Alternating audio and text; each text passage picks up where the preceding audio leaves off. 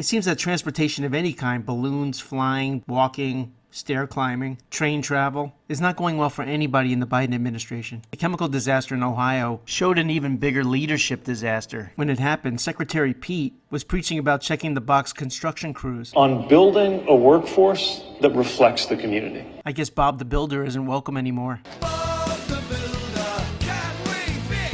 Can we fix it? No, Bob, you can't. Because you're not Bob the Builder, you're Bob the Oppressor. Barb the Builder, on the other hand, or Barb the indigo-haired, gender-fluid, pansexual builder, is more of what we're after. Could it be more ironic and fitting that a guy who's put in charge in the first place because of check-the-boxism would be completely ignoring a chemical monsoon as he preaches even more about the need for check-the-boxism? I don't think so. He did finally make it out to Ohio, but it was way too late. On the plus side, he did have fun dressing up as the construction guy from the Village People. So Lori Lightfoot lost.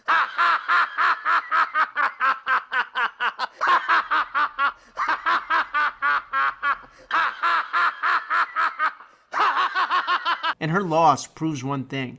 You can only rely on your looks for just so long. She might run again sometime, but only if someone says Beetlejuice 3 times. Between Lori Lightfoot and Pete, the competent gay community has got to be pissed.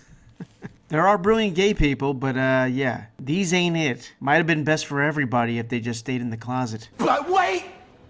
There's more! That's right, we're not done with the box-checking buffoonery. That Russia has committed crimes against humanity. And I say, you will be held to account. Did she just declare World War III? Yeah. I want to give you... Being held to account for crimes against humanity sounds a bit war hawky to me. She needs to stick with her hand puppet explanations about how electricity is amazing. Think about it. Every time you turn on a light... I don't know, maybe it's me, but I just don't think a Chinese water torture of a personality should be threatening any other country or holding anybody to account when our own country can't stand her. You know, I have 5 sons and they're all approaching college age fast, and I'm kind of short on money, so I'm trying to figure out a way to get Russia to attack me. That way I can become filthy rich. And then I can make all kinds of demands, including pensions and Social Security. You can allow pensions and social support to be paid to the Ukrainian people so they have something in their pocket. You know, Social Security is the third rail for politicians. But I always thought it was about America's Social Security, not Ukraine's. Oh well, I was wrong. Zelensky said if we want to maintain our position in the world, we have to keep supporting Ukraine. And we need to take everything that this guy says seriously. I played this before, but it's worth repeating. If you want to understand what's a little bit off about Ukraine and America, listen to what Julian Assange said in 2011 about Afghanistan. The goal is to use Afghanistan to wash money out of the tax bases of the United States, out of the tax bases of European countries, through Afghanistan and back into the hands of a transnational security elite. That is the goal, i.e. the goal is to have an endless war, not a successful war. Do you think it's some sort of remarkable coincidence that just as Afghanistan finally wound down, the Ukrainian war machine ramped right up to take its place? All across my country, in big cities and small towns, Ukrainian flags fly from American homes. I guess he thinks that every house is owned by Sean Penn. And speaking of that Hollywood mental patient, Penn graciously allowed himself to be interviewed so he could read you your special new Miranda rights if you dare question the CDC. You know, being the tolerant guy that he is. If you want to not get vaccinated, you have every right to stay home. I have the right to stay home. I think I'm going to exercise that right when his next movie comes out. As I mentioned before, Sean Penn married this. Maybe he's not the authority on what's healthy. You're blowing up like a balloon! Madonna loves to be shocking, and mission accomplished. I'm definitely shocked by Beluga Face over here. Can we go back to the good old days where bloated faces was only from alcoholism? So you got Sean Penn's soft spot for autocratic oppression under the guise of public safety. Stay home. And then you see actual courage from Woody Harrelson on Saturday Night Live of all places. So the movie goes like this.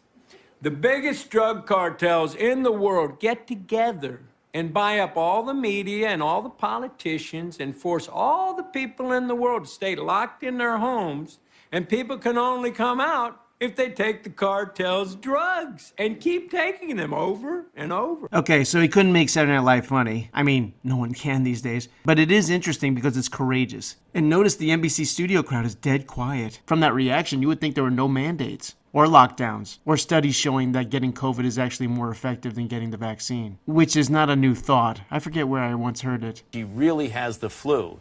she definitely doesn't need a flu vaccine. So it was far braver for Woody Harrelson to do what he did. But the media dismisses him as a kook. But Sean Penn? Now there's a guy with something to say. Of course, why would Sean Penn stop with domestic policy when he has so much more to share about foreign policy? They need more ammunition, more long-range precision weapons, and yes, fighter jets. Right now they're dying. Every day they're dying. So what we're waiting for seems to still be attached to this, I would argue, overcautious concern. Overcautious concern? Overly cautious about Ukraine. You see the irony here? With COVID, it's Stay home. and that's when everything we've been told about COVID has been debunked. But with Ukraine, hey, we're being too apprehensive. He's got his policies backwards. You see, with Ukraine, we need to Stay home. quick word, everybody. Need help! Speaking English? See the subscribe button in the lower right-hand corner? I need you to click on that. Like right now. Like, share, subscribe. And hit the bell. Another day, another staged Greta Thunberg arrest. I can't help but notice there's a big difference between Greta's arrest and, say, a Canadian trucker. And really, that's all I want. Just treat Greta like a Canadian trucker. Fair is fair. When you mention that China and India are really the ones who are polluting the earth, the global warming crowd always says, well, America needs to set the example for everybody else. My response to that is, hey, yeah, that's all well and good, but how about we just start with you? Do you think maybe you can set an example for all of us? Or do you really need to fly in that private jet to take you to mansion number 6 in the Swiss Alps? And you're not allowed to argue about it anymore. Science has become the new pronoun. It's not about factual science. Russell Brand summed up perfectly what is wrong on Bill Maher's show. And it's emergencyism, coupled with obvious financial motivations. If you have an economic system in which pharmaceutical companies benefit hugely from medical emergencies, where a military-industrial complex benefits from war, where energy companies benefit from energy crises, you are going to generate states of perpetual crisis, where the interests of ordinary people... It's a panic-demic. You have must-act now while supplies last type of thinking. You're prone to making mistakes, particularly when skepticism is outlawed. You tend to think in a one-sided, one-dimensional way. And why do these emergencies result in a lot of bad TikTok videos?